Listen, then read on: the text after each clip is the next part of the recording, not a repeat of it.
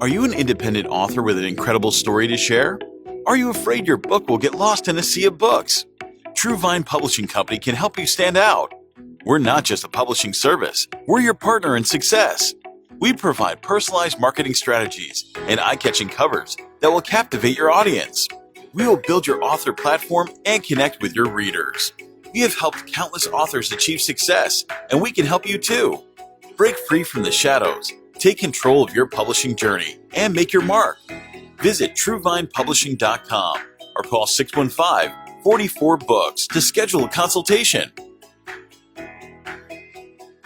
Hello, this is Timothy Bond with True Vine Publishing Company, and you're watching the next episode of the Write Chage, where our guest today is Gail Estella, author of Through It All.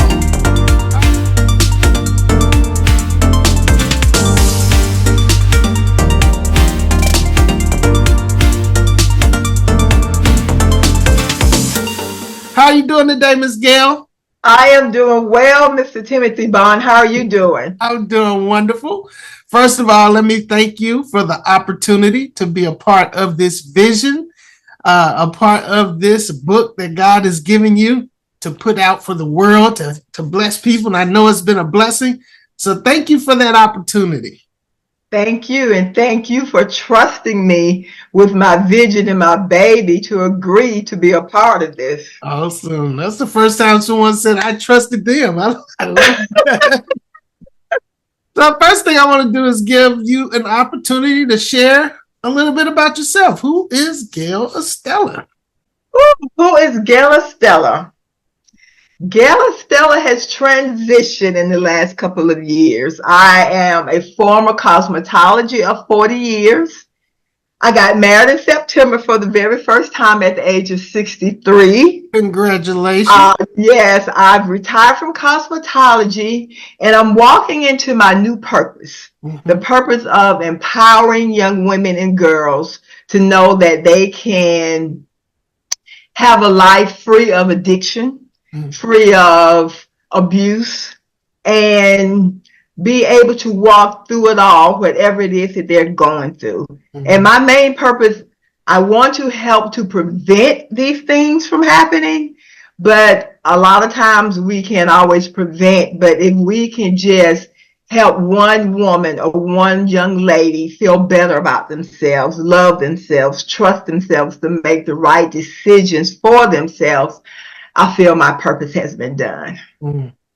So what got you started on this journey? You know, a lot of people go through things and, you know, that was their issues. They're not going to tell anybody about it. It takes a lot of courage to really come out and tell your story. What was it that prompted you to take this huge step? I'm going to go back. I'm a survivor of domestic violence for 33 years.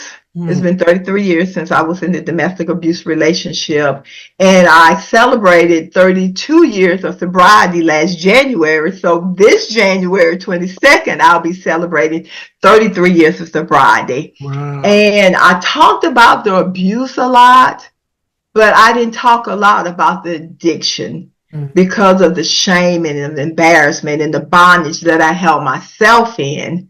And 2 years ago, when I celebrated 30 years, or before I celebrated 30 years, God just started pulling and tugging on me and telling me that it was time to tell my story, that another woman, another girl, someone needed to hear my story to know that they too could be set free.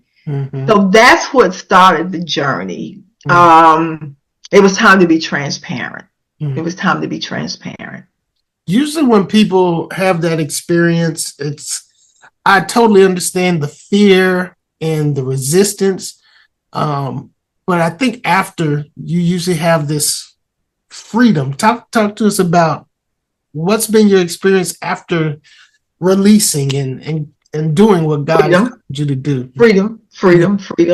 I'm proud of myself. I celebrate myself. And I went through what I had to go through for a reason. And that was that was to help someone else to be set free. So now I don't have to worry about if someone else knew me in my previous life and they want to per se tell someone or talk about it. I've already told the world. So you can't tell, no one can tell my story because I've already told my story. So I'm not embarrassed anymore. I'm not ashamed. I'm not in bondage anymore. And I feel free because everyone doesn't make it through. Last year, one of my best friends, we grew up from 7th grade. And we had gone through addiction together. I got clean before she did, and she eventually got clean, but she relapsed, and her relapse caused her death. Oh. So when I think about, or I know people that have died from heart attacks or, different health issues, or from the abuse, being killed from abuse. And God brought me through all of that. He allowed me to survive. He allowed me to survive things that others have died from. So I'm truly, truly grateful. Yeah. So grateful. Have you gotten any feedback from people who have read the book? Not feedback. Okay. I did today because I had an event in December. I spoke at an event in December, a women's conference and a women's conference. And she reached out to me today and she wants me to come back in April. Awesome. And we will be discussing the 6 chapters of the book. Awesome. So, yes. Yeah, that's awesome. I know when we first spoke, I know this was a part of the vision, the book, and then the public speaking. Yes. And you've really kind of come out of your own comfort zone. Talk to us about, I know you say transition, the transition that you're going through as you evolve into what God is calling you to. I've asked God to put some good people in my life. And God has put people in my life that saw something in me that I didn't see in myself. And, one is a mentor of mine, Lakeisha McCrae, the Stylist Takeover. Another one is your brother, Christopher Bond, and my marketing person, a friend, my go-to guy. And I have a business coach. So when I tell people my vision, because I'm also learning at this age that God gives all of us gifts. I knew it before, but a lot of times I would feel that my gifts weren't as good as someone else's gifts, or I would compare what God has given me innately to what God has given other people. Right. And I know God has given me the gift of creativity. So my mind can create. My mind can think of these different things. And I have a group of people in my corner that I can tell them my vision and they can help me to execute it, or they can help me to believe in my vision when I begin to doubt. And when I begin to doubt, they're there for me. And again, being free and trusting God through the process. Just trusting God through the process and walking in whatever it is that God has for me, even with me having some fear and some doubts. Yeah. I feel I still have to do it. Let's talk a little bit about the book. You said it's not a huge glossary of a book. It's a very quick read, but a impactful read. 6 chapters. Tell us about the book. Oh, my baby. I had been writing and journaling for a long time because when I would tell my story, everyone would tell me, you need to write a book. It's time to write a book. But I didn't want my first book, and we talked about this, I didn't want my first book to be an autobiography because I'm not this big famous person yet. And everybody would be so interested in just like, let me read. And some things I wasn't ready to pen yet. Some of those things are going to come later or in different settings. So this book, it talks about my journey. It talks about me being an 11-year-old girl, comparing myself to other girls, having insecurities because my hair was short. And I thought with me having short hair, it made me ugly. And I'm that woman now that wears her hair Right. basically almost bald. And I go from that little 11-year-old girl with those low self-esteem issues and that lack of confidence, and the choices that I made and the people that I chose to be in my life and to be a part of my life that weren't conducive for my life. Mm-hmm. And a lot of that I did just because I didn't feel good about myself. Mm-hmm. And so I entered into, I started cutting class in high school. I went from that person being an AB student to C's, D's, maybe an F here and there, high school, because of just not going to class and, smoking and drinking and doing the things that I weren't supposed to do, and allow myself to enter into unhealthy relationships because I just felt I needed to have someone to like me because I didn't feel good about myself. So if you showed interest in me, whether I felt you weren't the right person for me or not, I received it and I went along with it. And I went through a lot. I went through the abuse. And when we think about abuse, we think about the physical aspect. But I look back now, it might have been some emotional abuse, some verbal abuse, or just the abuse of not giving your all to me and me accepting those things and going through the abuse and turning to drugs to numb the feelings, to substances to numb the feelings, and, being addicted and having to go through an addiction and trying to get clean. Getting clean for me was very, very hard. And I use the word clean because clean is the word that we use in the rooms, but trying to gain sobriety, if we want to be politically correct, But I used a lot. I relapsed a lot. And that's in the book that I had so many white chips that if I went to a meeting, I had enough white chips to offer to the newcomer. The white chip is for the newcomer, the person that comes in that wants to start a new way of life, or if they relapse, they want to start over. I had enough white chips that I can give away. And I remember the last day that I used, it was with my abuser, who was my boyfriend at the time. And I feel it was a setup, but God always gives us the way out, and I didn't take the way out, and I used. And I remember him telling me that day, now we have the same amount of clean time. And I still remember that feeling, being lying on the bed in the fetal position. I still remember that feeling. I got up, I went to a meeting, and I picked up another white chip. And the way that everyone looked at me with disgust and dismay and disappointment in their eyes. And that was enough for me. That was my last day. Wow. That was the last time that I used. So I talk about my addiction and going through that. And I talk about the fact that I feel that I had to go through the addiction.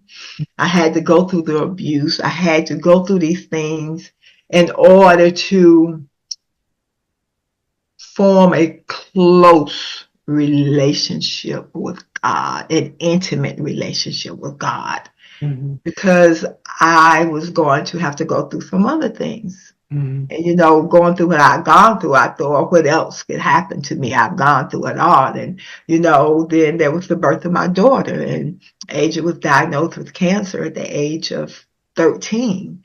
And we had to go through her healing process, and I had to see her. I had to allow her to see me trusting God. I had to know God so I can introduce her to God.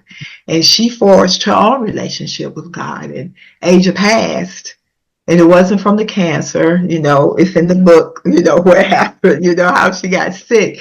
But just being able to not use after her passing.